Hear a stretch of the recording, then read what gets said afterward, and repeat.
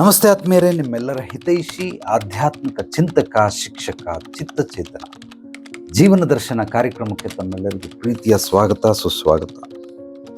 ಇಂದಿನ ವಿಷಯ, ಮನಸ್ಸು ಎಲ್ಲರನ್ನ ಪರೀಕ್ಷಿಸುತ್ತದೆ, ನೀವು ಮನಸ್ಸನ್ನು ಪರೀಕ್ಷಿಸಿ.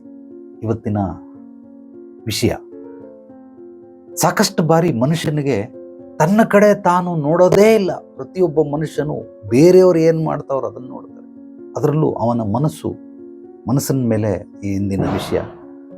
ಆ ಮನಸ್ಸು ಅವನೇನು ಮಾಡ್ತಾವನೆ, ಇವಳೇನು ಮಾಡ್ತಾವಳೆ, ಅದೇನು ಮಾಡ್ತಾ ಇದ್ದು, ಇದೇನು ಮಾಡಿ, ಈ ಕಡೆನೇ ಹೊರತು ನಾನೇನು ಮಾಡ್ತಾ ಇದ್ದೀನಿ ಅಂತ ತುಂಬ ಲಕ್ಷದಲ್ಲಿ ಒಬ್ಬನೋ ಇಬ್ಬನೋ ಮನುಷ್ಯರು ಮಾತ್ರ ಆ ರೀತಿ ತನ್ನನ್ನು ತಾನು ನೋಡ್ಕೊಳ್ತಾರೆ. ಅಂದರೆ ಅಂತರ್ಜಗತ್ತಿನ ಯಾನವನ್ನು ಮಾಡ್ತಾರೆ.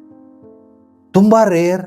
ಎಲ್ಲರೂ ಕೂಡ ಹೊರ ಜಗತ್ತಲ್ಲೇ ಮಾಡೋದು, ಇನ್ನರ್ ಜರ್ನಿ ಮಾಡೋದು ಬಹಳ ಬಹಳ ಕಡಿಮೆ, ತುಂಬ ರೇರ್. ನಾನು ನೋಡ್ದಂಗೆ ಈ ಮನಸ್ಸಿಗೆ ಒಂದು ಕಡಿವಾಣ ಇರೋದಿಲ್ಲ. ಬೇರೆಯವ್ರು ಮಾಡಿರೋದೆಲ್ಲ ತಪ್ಪು, ನಾನು ಮಾಡಿರೋದು ಸರಿ. ನಾನು ತಪ್ಪೇ ಮಾಡಿದ್ರು ಅದು ಸರಿ, ಆದರೆ ಬೇರೆಯವ್ರು ಮಾಡಿರೋದು ರಾಂಗ್. ಈ ರೀತಿ ಪ್ರತಿಯೊಂದು ಮನಸ್ಸು ಎಲ್ಲವನ್ನ ಸಮರ್ಥನೆ ಮಾಡಿಕೊಡುತ್ತೆ. ಇದು ಮನಸ್ಸಿನ ಸ್ಥಿತಿಗತಿ. ಉದಾಹರಣೆಗೆ, ಮನಸ್ಸು ಯಾವ ರೀತಿ ತನ್ನನ್ನು ತಾನು ನೋಡೋದಿಲ್ಲ, ಬರೀ ಬೇರೆ ಕಡೆನೇ ನೋಡುತ್ತೆ ಅನ್ನೋದಕ್ಕೆ ಒಂದು ಉದಾಹರಣೆ. ಚವಿಚಂಗಾದರ, ಆತನಿಗೆ ಸುಮಾರು ಒಂದು 90 ವರ್ಷ ಆಗ್ಬಿಟ್ಟಿದೆ. ಮಕ್ಕಳಾಯಿತು, ಮದುವೆ ಆಯಿತು, ಮಕ್ಕಳಾಯಿತು, ಮೊಮ್ಮಕ್ಕಳಾಯಿತು, ಮೊಮ್ಮಕ್ಕಳು ಕೂಡ ಆಗ್ಬಿಟ್ಟಿದ್ದಾರೆ. ಅವ್ರಿಗೂ ಮಕ್ಕಳಾಗುವಂಥ ಸಮಯ, ಮೊಮ್ಮಕ್ಕಳಿಗೂ ಕೂಡ. ಸೊ ಈ ರೀತಿ ಒಂದು ದಿವಸ ಅವನಿಗೆಲ್ಲ ರೆಸ್ಟ್ ಲೈಫು ಒಳ್ಳೆ ಅನುಕೂಲವಾಗಿದ್ದಾನೆ. ಚವಿಚಂಗಾದರ ಅತ್ಯದ್ಭುತವಾಗಿ ಎಲ್ಲ ಜೀವನ ನಡೀತಾ ಇದೆ, ಆಸ್ತಿ ಪಾಸ್ತಿ ಎಲ್ಲ ಇದೆ. ಕೊನೆಗೆ 90ನೇ ವಯಸ್ಸಲ್ಲಿ ಆತನಿಗೆ ಮದುವೆ ಆಗಬೇಕು ಅಂತ ಅನ್ಸುತ್ತೆ. ಅವರು ಮಕ್ಕಳು, ಮೊಮ್ಮಕ್ಕಳು, ಸೊಸೆಗಳು ಯಾರ್ಯಾರು ಇರ್ತಾರೆ ಎಲ್ಲರೂ ಬಂದಾಗ ಕೇಳ್ತಾನೆ, ಇಲ್ಲಪ್ಪ ನಾನು ಮದುವೆ ಮಾಡ್ಕೋಬೇಕು ಅಂತ ಇದ್ದೀನಿ. ಹೆಂಡತಿ ತೀರೋಗ್ಬಿಟ್ಟಿರ್ತಾಳೆ, ಸುಮಾರು 30 ವರ್ಷ ಆಗಿರುತ್ತೆ.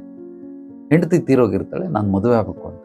ಇವರು ಏನೋ ಹುಷಾರಿಲ್ವಲ್ಲ ಪಾಪ ತಾತನಿಗೆ, ಏನೋ ಬಡಬಡಾಯಿಸ್ತಾನೆ ಅಂತ ಅಂದ್ಬಿಟ್ಟು ತಮಾಷೆಗೆ ಹೇಳ್ತಾವನೆ ಅಂತ ಸುಮ್ಮನೆ ಆಗ್ಬಿಡ್ತಾರೆ. ಇದಾದ ನಂತರ ಅವನು ಸೀರಿಯಸ್ ಆಗಿ ಮತ್ತೆ ಮತ್ತೆ ಅದನ್ನೇ ಹೇಳ್ತಾ ಇರ್ತಾನೆ, ನಾನು ಮದುವೆ ಮಾಡ್ಕೊಳ್ತೀನಿ, ನಾನು ಮದುವೆ ಮಾಡಿ. ಅದು ತಿಂಗಳಾನುಗಟ್ಟಲೆ ಅವನು ಹೀಗೆ ಹೇಳ್ತಾ ಇರೋದ್ರಿಂದ ಎಲ್ಲರೂ ಯೋಚನೆ ಮಾಡ್ತಾರೆ, ಈ ಅಪ್ಪನಿಗೇನು ಸಹಾಯ ಕಾಲದಲ್ಲಿ ಮದುವೆ ಆಗ್ತೀನಿ ಅಂತ. ಇವನಿಗೇನು ತಲೆ ಕೆಟ್ಟೈತಾ, ಈ ವಯಸ್ಸಲ್ಲಿ ಯಾರು ಕೊಡ್ತಾರೆ ಹೆಣ್ಣು, ಹಂಗೆ ಹಿಂಗೆ ಅಂತೇಳಿ ಹೆಣ್ಣು ಯಾರು ಕೊಡ್ತಾರೆ ಅಂತ ಪ್ರಶ್ನೆ ಬರ್ತದೆ. ಮತ್ತೆ ಹೋಗ್ಬಿಟ್ಟು ತಾತನ ಕೇಳ್ತಾರೆ, ಏನಯ್ಯ ಈ ವಯಸ್ಸಲ್ಲಿ ಯಾರು, ನೀವೇನು ವರಿ ಮಾಡಬೇಡಿ, ನಾನು ನೋಡಿದ್ದೀನಿ 18 ವರ್ಷ ಹೆಣ್ಣಿಗೆ, ಹುಡುಗಿಗೆ ನಾನು ಅವಳನ್ನು ಮದುವೆ ಆಗ್ತೀನಿ. 18 ವರ್ಷ ಲೇ, ನಿನಗೆ 90 ವರ್ಷ ಕಣೋ, 18 ವರ್ಷದ ಹೆಂಗಲೇ ಮದುವೆ ಆಗ್ತಾರೆ? ಅದೇ ವಯಸ್ಸಲ್ಲೇ ಮದುವೆ ಆಗೋದು, ಇನ್ಯಾವ ವಯಸ್ಸಲ್ಲಿ ಮದುವೆ ಆಗ್ತಾರೆ? ಕಣ, ನಿನ್ನ ವಯಸ್ಸು ಎಷ್ಟು? 90 ವರ್ಷ, ಹುಡುಗಿಗೆ 18 ವರ್ಷ, ಎಲ್ಲಿಗೆ ಅಜಂತ? ಇಲ್ಲಪ್ಪ, ಮದುವೆ ಆಗದೆ ಅದೇ ವಯಸ್ಸು. ಯಾಕೆಂದ್ರೆ ಅವನನ್ನು ಅವ್ನು ನೋಡ್ಕೋತಾ ಇಲ್ಲ, ಈ ಕಡೆ ನೋಡ್ತಾ, ಮದುವೆ ಆಗದೆ ಅದೇ ವಯಸ್ಸು. ಬೇಡ, ಒಂದು 20 ವರ್ಷ ಆಗಲಿ, 25 ವರ್ಷ ಆಗಲಿ, ತೊಂದರೆ ಇಲ್ಲ, ಬಟ್ ನಾನು ಮದುವೆ ಆಗ್ತೀನಿ. ಹೆಣ್ಣು ನೋಡಿದ್ದೀನಿ, ಅಲ್ಲಿ ಕಿಟಕಿಯಿಂದ ನೋಡ್ತಾ ಇರ್ತೀನಿ ಯಾವಾಗಲೂ, ಅವಳನ್ನೇ ನಾನು ಮದುವೆ ಆಗ್ತೀನಿ. ಇದೇನು ಆಗೋದಲ್ಲ, ನೀಗೋದಲ್ಲ, ಈ ರೀತಿ ಹಠ ಹಿಡಿದು ಕುಂತ್ಕೊಂಡು, ಅಲ್ಲಯ್ಯ ನಿನಗೇನು ತಲೆ ಕೆಟ್ಟೈತಾ? ಒಂದು 10-15 ವರ್ಷ ಹೋದರೆ ಸತ್ತೋದ್ಮೇಲೆ ಪಾಪ ಮದುವೆ ಮಾಡ್ಕೊಂಡು ಏನು ಪ್ರಯೋಜನ ಅಂತ. ಅಯ್ಯೋ, ನೀವೇನು ವರಿ ಮಾಡ್ಕೊಬೇಡಿ, ಆ ಹುಡುಗಿ ಸತ್ತೋದ್ರೆ ಇನ್ನೊಂದು ಹುಡುಗಿ ನೋಡಿ ಮದುವೆ ಆಗ್ತೀನಿ ಅಂತ. ಅಂದರೆ ಇವರು ಮಕ್ಕಳು ಮೊಮ್ಮಕ್ಕಳು ಹೇಳ್ತಾ ಇರೋದು, ನೀನು ಸತ್ತೋಗ್ತಾ ಕಣಿಯ, 90 ಆಗ್ಬಿಡ್ತು ನಿನಗೆ, ನೀನು ಸತ್ತೋಗ್ತೀಯ ಅಂತ ಹೇಳಿದ್ರೆ ಅವನು ಹುಡುಗಿ ಸತ್ತೋದ್ರೆ ಇನ್ನೊಂದು ಮದುವೆ ಮಾಡ್ಕೊತೀನಿ ಅಂತ. ಅಂದರೆ ಈ ಒಂದು ಕಥೆಯ ಸಾರಾಂಶ ಏನು ಅಂತಂದರೆ, ಪ್ರತಿಯೊಬ್ಬ ಮನುಷ್ಯ ತನ್ನನ್ನು ತಾನು ನೋಡ್ಕೊಳ್ಳಲ್ಲ, ಬೇರೆ ಕಡೆನೇ ನೋಡ್ತಾನೆ. 90 ಆಯ್ತಲ್ಲ, ಹುಡುಗಿಗೆ ಯಾರಾದರೂ ಕೊಡ್ತಾರೇನೆ ನಿನಗೆ ಹೆಣ್ಣು ಅಂತಂದರೆ, ಮದುವೆ ಆಗೋದಕ್ಕೆ 18 ವರ್ಷ ಹುಡುಗಿ ಬೇಕು ಅಂತ ಇದೆಯಲ್ಲ, 18 ವರ್ಷದಲ್ಲೇ ಮದುವೆ ಆಗಬೇಕು. ಏನೋ ಸತ್ಗಿತ್ತೋಗ್ಬಿಟ್ರೆ ಅವಳ ಗತಿ ಏನು? ಮದುವೆ ಆಗಿ ಏನು ಪ್ರಯೋಜನ ಅಂತಂದರೆ, ಸತ್ತೋದ್ರೆ ಇನ್ನೊಂದು ಮದುವೆ ಆಗ್ತೀನಿ ಅಂತಾನೆ. ಅಂದರೆ ಅವ್ನು ಸಾಯಕ್ಕೂ ರೆಡಿ ಇಲ್ಲ, ಅವ್ನಿಗೆ ಹೇಳ್ತಾವ್ರೆ ಅಂತ ಅವನಿಗೆ ತಿಳ್ಕೊಳ್ಳೋದು ಇಲ್ಲ. ಇವರೆಲ್ಲ ಒನ್ ವೇ ಸಿದ್ಧಾಂತ. ಕೆಲವರೆಲ್ಲ ಆಲ್ಮೋಸ್ಟ್ ಎಲ್ಲರೂ ಹಿಂಗೆ ಇರ್ತಾರೆ. ಎಲ್ಲೋ ಲಕ್ಷದಲ್ಲಿ ಒಬ್ಬರೋ ಇಬ್ಬರು ಅಂತರ್ಮುಖಿಯಾಗಿ ಇನ್ನರ್ ಜರ್ನಿಯನ್ನು ಮಾಡ್ತಾರೆ. ಅಂದರೆ ತನ್ನ ಮನಸ್ಸನ್ನು ತಾನು ಪರೀಕ್ಷಿಸ್ಕೊಳ್ತಾರೆ. ತನ್ನ ಮನಸ್ಸು ಏನು ಮಾಡ್ತಾ ಇದೆ, ಎಲ್ಲಿ ಹೋಗ್ತಾ ಇದೆ, ಎಲ್ಲಿ ಅಲಿತಾ ಇದೆ, ಅದಕ್ಕೆ ಹೇಗೆ ಕಡಿವಾಣ ಮಾಡಬೇಕು, ಅದನ್ನು ಹೇಗೆ ಪಳಗಿಸ್ಕೊಳ್ಬೇಕು, ಈ ರೀತಿ ಚಿಂತನೆಗಳು ಮಾಡ್ತಾ ಇರ್ತಾರೆ. ಇದೊಂದು ರೀತಿ ಯೋಗ ಇದ್ದಂಗೆ. ಆ ಯೋಗವನ್ನು ನಾವು ಎಲ್ಲರೂ ಅಧ್ಯಯನ ಮಾಡಬೇಕು. ಬಟ್ ಅದ್ರ ಬಗ್ಗೆ ಸಾಕಷ್ಟು ಪ್ರಚಾರ ಇಲ್ಲ, ಆಸಕ್ತಿ ಇಲ್ಲ ಜನಗಳಿಗೆ. ಏನೋ ಹೇಳ್ಕೊಡ್ತಾನೆ ಬಿಡು ಅಂತ ಅಂದ್ಬಿಟ್ಟು ಸುಮ್ಮನೆ ಆಗ್ಬಿಡ್ತಾರೆ. ಸೊ ಆತ್ಮ ಸಮೃದ್ಧಿ ಯೋಗ ಪ್ರತಿಯೊಬ್ಬರೂ ಕಲಿಲೇಬೇಕಾದಂತಹ ಅತ್ಯದ್ಭುತವಾದಂತಹ ಯೋಗ ಕ್ರಿಯೆ. ಆ ಕಲಿಯೋದಕ್ಕಿಂತ ಹೆಚ್ಚಾಗಿ ಅದನ್ನು ತಿಳ್ಕೊಳ್ಳೋದು ಬಹಳ ಅಗಾಧವಾಗಿದೆ.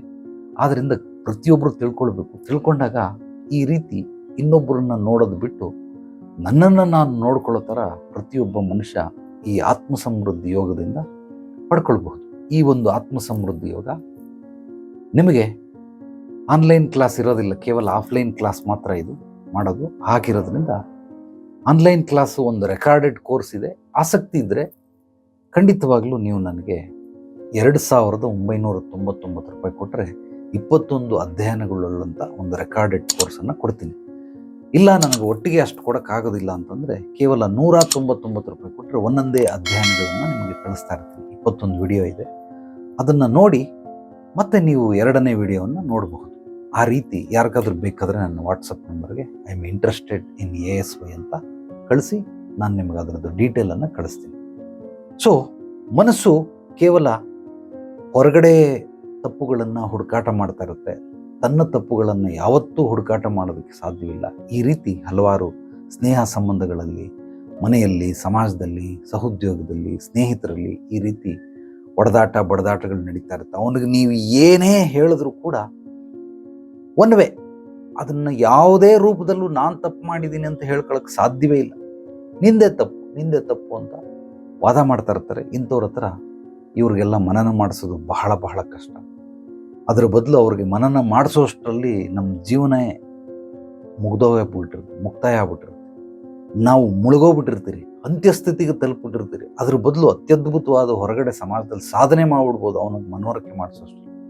ಅದಕ್ಕೆ ಇಂಥವ್ರನ್ನೆಲ್ಲ ಕಟಾವು ಮಾಡ್ಬಿಡಿ, ಜಾಸ್ತಿ ಹೆಚ್ಚಾಗಿ ಇಟ್ಕೋಬೇಡಿ. ಮನೇಲೇ ಆಗಿದ್ದರೆ ಅದನ್ನೊಂದು ಸ್ವಲ್ಪ ನಾವು ಕೇರ್ಫುಲ್ಲಾಗಿ ಗಂಡನೋ ಹೆಂಡ್ತಿನೋ ಮಕ್ಕಳು ಅಪ್ಪ ಅಮ್ಮನೋ ಅಥವಾ ಯಾರ್ಯಾರು ಇರ್ತಾರೆ ಕುಟುಂಬದಲ್ಲಿ ಇವರೆಲ್ಲ ಆಗಿದ್ರೆ ನಾವು ಅದನ್ನು ಸಾಲ್ವ್ ಮಾಡ್ಕೊಳ್ಬೇಕಾಗತ್ತೆ. ನಿಮ್ಮ ಕೈಲಿ ಸಾಲ್ವ್ ಮಾಡೋಕ್ಕಾಗಲಿಲ್ಲ ಅಂದರೆ ನೇರವಾಗಿ ಬಂದು ಭೇಟಿ ಮಾಡಿ. ಖಂಡಿತವಾಗ್ಲೂ ನಿಮ್ಮ ಪೂರ್ವಾಪರಗಳನ್ನೆಲ್ಲ ಕೂಲಂಕುಷವಾಗಿ ಪರಿಶೀಲಿಸಿ ಅದಕ್ಕೆ ಪರಿಹಾರ ಕೊಡೋದ್ರ ಜೊತೆಗೆ ಭವಿಷ್ಯದಲ್ಲಿ ನಿಮಗೆ ಅತ್ಯದ್ಭುತವಾದಂತಹ ಮಾರ್ಗದರ್ಶನ ನಿರಂತರವಾಗಿ ನಿಮಗೆ ಸುಬೋಧಿನಿ ಆಧ್ಯಾತ್ಮಿಕ ಪರಿಹಾರ ಕೇಂದ್ರದಲ್ಲಿ ಸಿಕ್ಕುತ್ತೆ. ಬಂದು ಭೇಟಿಯಾಗಬಹುದು.